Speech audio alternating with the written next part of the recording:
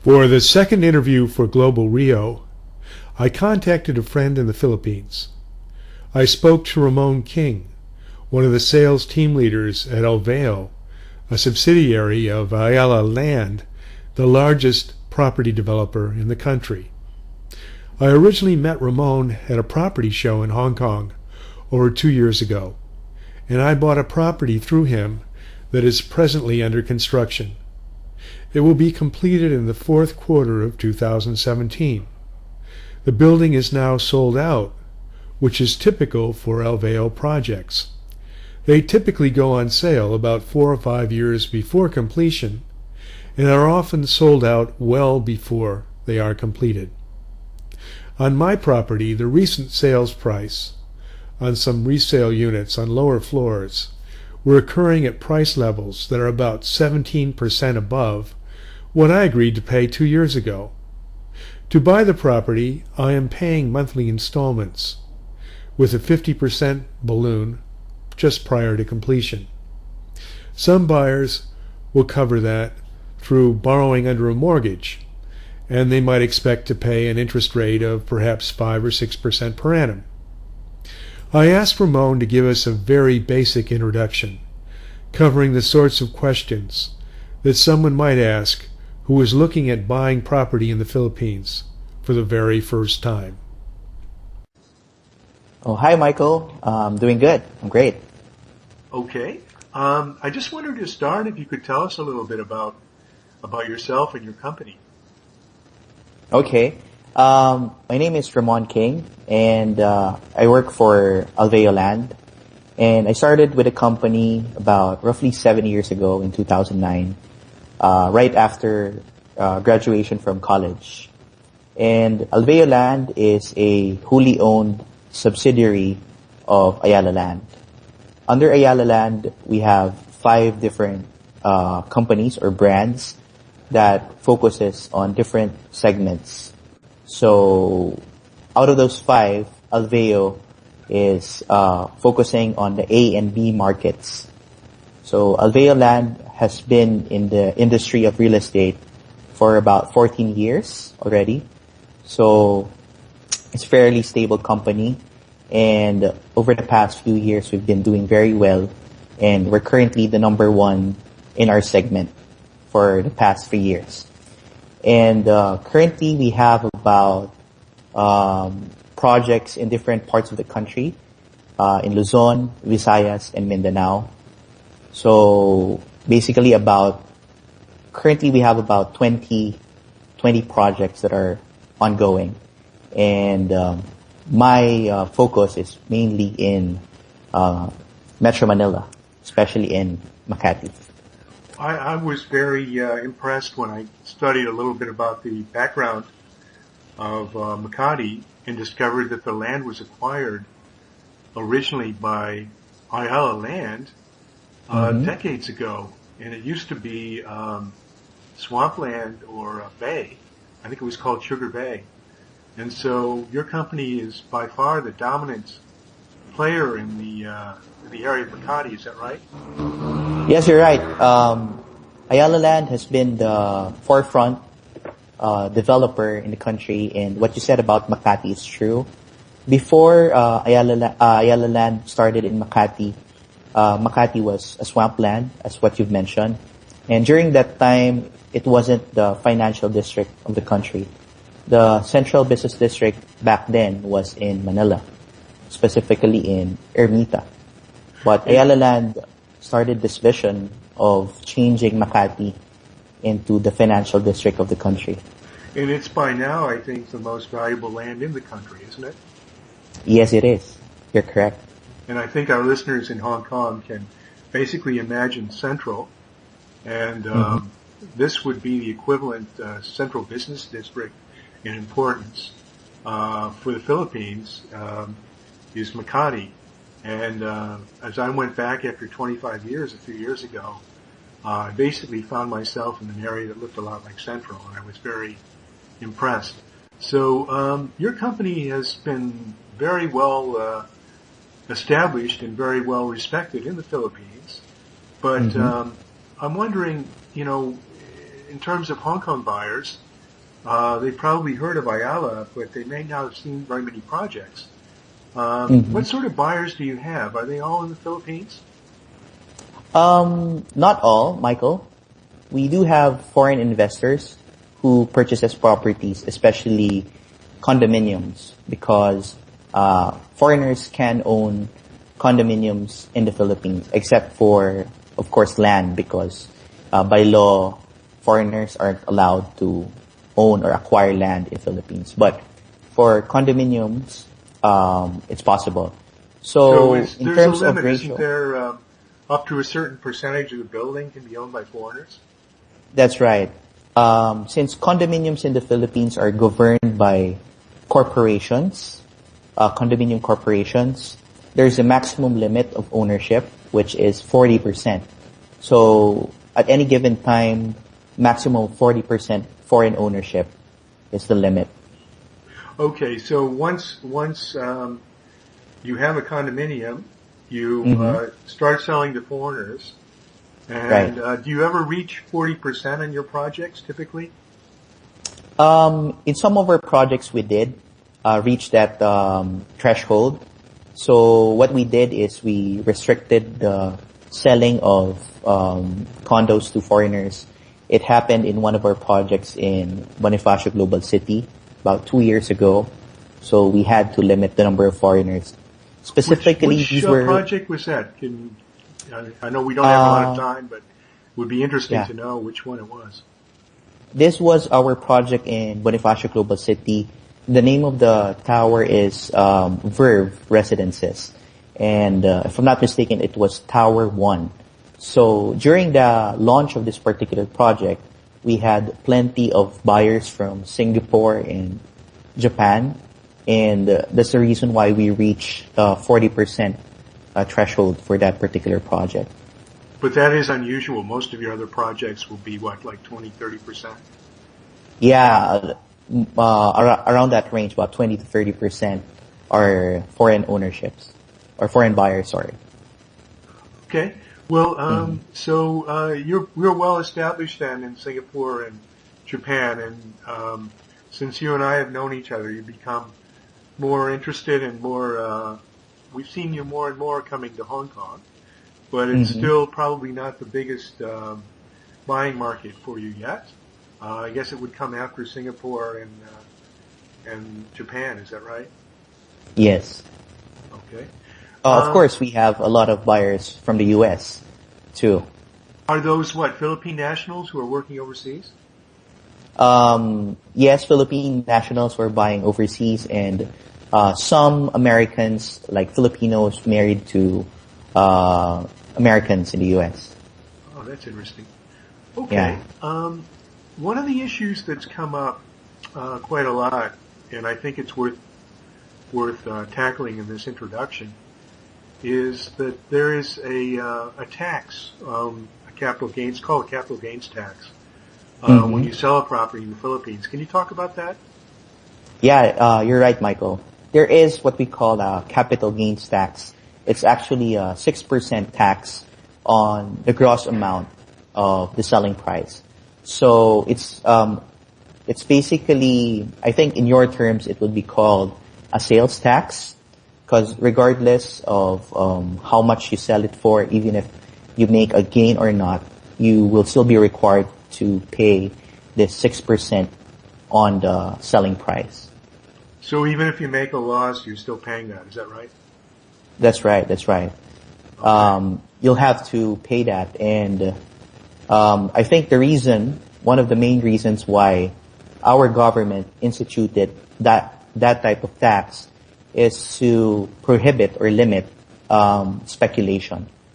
Because yes, you were saying, Michael. Sorry. Oh, sorry. So it's a little bit. And here in Hong Kong, we have a tax on the other side. There's a buyer's stamp duty Mm-hmm. where the buyer, especially if it's a foreign buyer or non-resident, pays quite a large tax when they buy. But there are stamp taxes in the Philippines, but they're much smaller than that. Mm-hmm. What is it, about 1%? I've forgotten exactly what it is. Maybe it's Yeah, it is. There's a transfer tax that we call. and a documentary stamp tax. And this too would amount to about 1.5%. But normally it's the buyer who pays for that, Okay. not the seller. Yeah. So if I buy and pay a 1.5% tax, and then I Mm-hmm. sell a year later, I pay a 6% tax on the Mm-hmm. gross amount.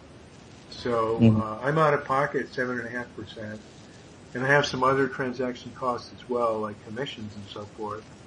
Yes. Um, well, when you sell a property to a foreign buyer through your company, typically Mm-hmm. there's no commission, but it's embedded in the sales price. Is that right? That's right.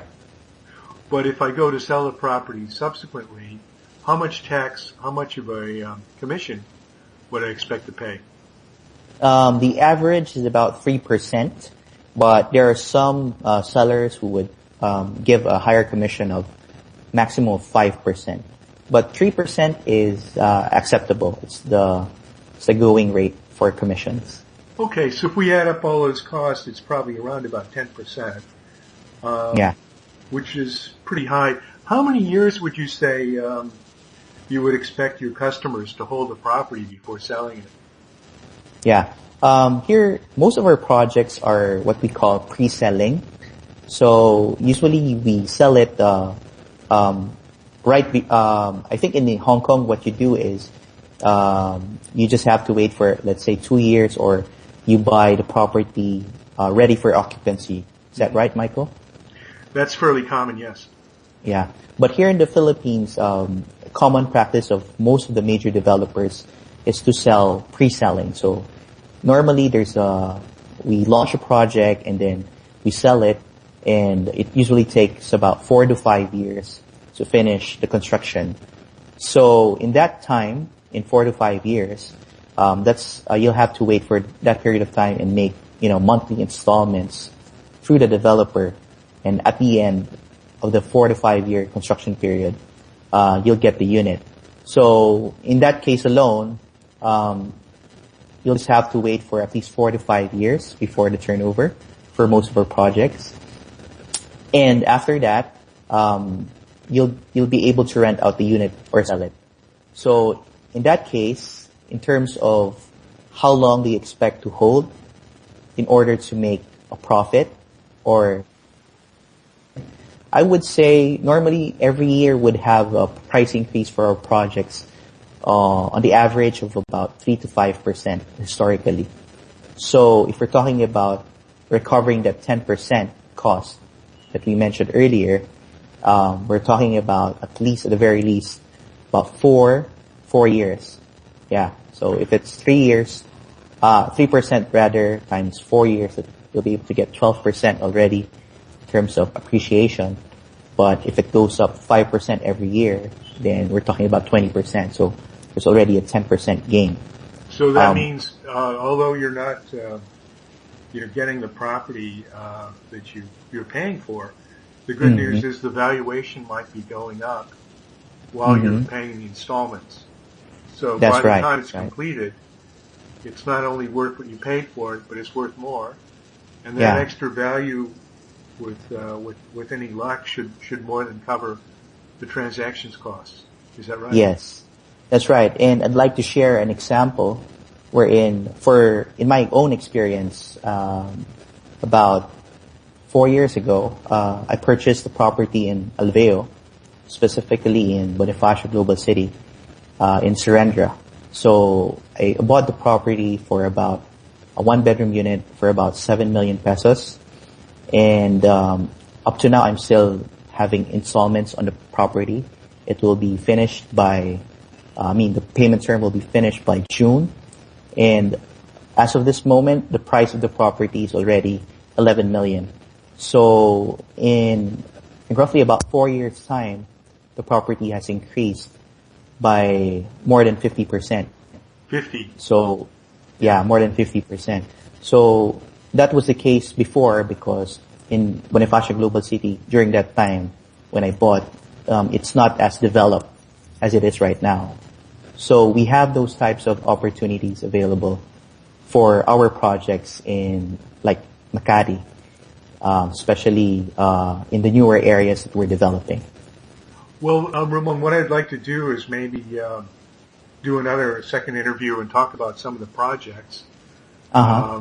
in some detail. But just to give Hong Kong people an opportunity to sort of visualize the price and the size of the flats. I Mm-hmm. understand that you had a tour with one of the buyers from China, I think it was, this Ah, past yeah. week. And can you just tell us what size flats you looked at and approximately what the price was in pesos? Yeah. We looked at properties in Makati, about three properties. And the sizes were about 1 bedroom and 2 bedroom units. Now, the 1 bedroom, the sizes would range from 54 square meters to 62 square meters. Let me just stop you for a second there because people here are more familiar with square feet. So multiply that by Mm-hmm. 10.73 or Mm-hmm. approximately 10 times. And we're talking Right. about 10 times that would be 500 or 600 square feet roughly. Is that right? That's right. Mm-hmm. And that was a 1 bedroom or 2 bedroom? That's for the 1 bedroom. Okay, 1 bedroom around 400 or 500 square feet. And what was the price? The price is ranging from 6 million pesos Okay, to so I'll just maximum of stop 8. you for a second there. 6 million Mm-hmm. pesos, because we divide by 6, would be 1 Mm-hmm. million Hong Kong dollars. So that's That's for right. a 1 bedroom flat. Okay. Mm-hmm. And what else did you show her? We were able to look at 2 bedroom units as well. And the 2 bedroom is about 82 square meters to 90 square meters. Around 900 So, square feet roughly, yeah. So yeah. that's 2 bedrooms. Yeah. Hmm. And the price? And the price was ranging from about 10 million to 13 million. Okay. So Hmm. at 13 million, we're talking about 2 million Hong Kong dollars roughly. Um, Hmm. and so that would be for 2 bedroom flat around Yeah. 900 square feet. Okay. And if this buyer was an investor, Hmm. and I think we'll do another video on renting, but Right. in terms of the sort of yield, Hmm. what sort of gross yield would you estimate for a flat like that? What We're percent? looking, yeah, we're looking at about an average of 8%. Okay, that's gross though, Mhm. right? That's gross, yes. And then somebody would So, have to pay the agent for finding a tenant, hmm and I guess there would be a tax as well on the rental income, although I understand it's not always paid, but let's say that there's a 15% tax. Is that a good estimate on the rental it's income? 12%. 12%. Okay. Yeah. And the management fees are on that's flat of 90, around 90 square meters, 900 square feet. Hmm. What are we talking about there in terms of a monthly, so the management fee? It's roughly about 100 square meters. Okay. I'm sorry, 100 pesos per square meter. Okay. So for a 90 square meter flat, that's about 9,000 pesos a month. All right. Well, that would be 1,500, roughly 1,500 Hong Kong dollars. So pretty similar to what we Yeah. pay in Hong Kong, actually. Maybe a Hmm. little bit lower than Hong Kong, but not a lot lower. Whereas the prices are a lot lower. So the prices are a fraction, maybe a fifth or an eighth or something of what you would pay here in Hong Kong. Mm. Okay. Yeah. Great. Well, I'd like to say that I think you will be coming over to Hong Kong at some point in the near future, and you'll come Yes. over with examples of of the properties, and also be able to talk in more detail about the actual selling process because you do often use installments here, Hmm. um, and I understand there could be a discount if people pay the cash in advance. So if it's 4 years from completion, they can Hmm. get a discount for paying cash in advance, That's right? right. And And that might be normally it around would range. 10%. Yeah, for office it would go about 8%. For residential, 10%. Okay. Hmm. Good. Well, is there anything that you want to add to that? Oh, in terms of the payment. process? Yeah, it's because I'd Yeah. like to do a second. I think we're coming up close to our target time frame here, so I'd like to maybe do a second interview. But Mm-hmm. I think this has been a pretty good introduction, Mm-hmm. and I'd like to suggest that people here who hear this, it would be good for them to actually meet with you face to face and hear about some of Right. the specific projects you have. Mm-hmm. And then we can also do a second interview and go into more detail the next time. Yes. I'd be more than willing to do that, Michael. Okay, Ramon. Well, thank you very much. And I look Mm. forward to seeing you in Hong Kong. Yes, me too. See you, Michael. Thank Bye-bye. you.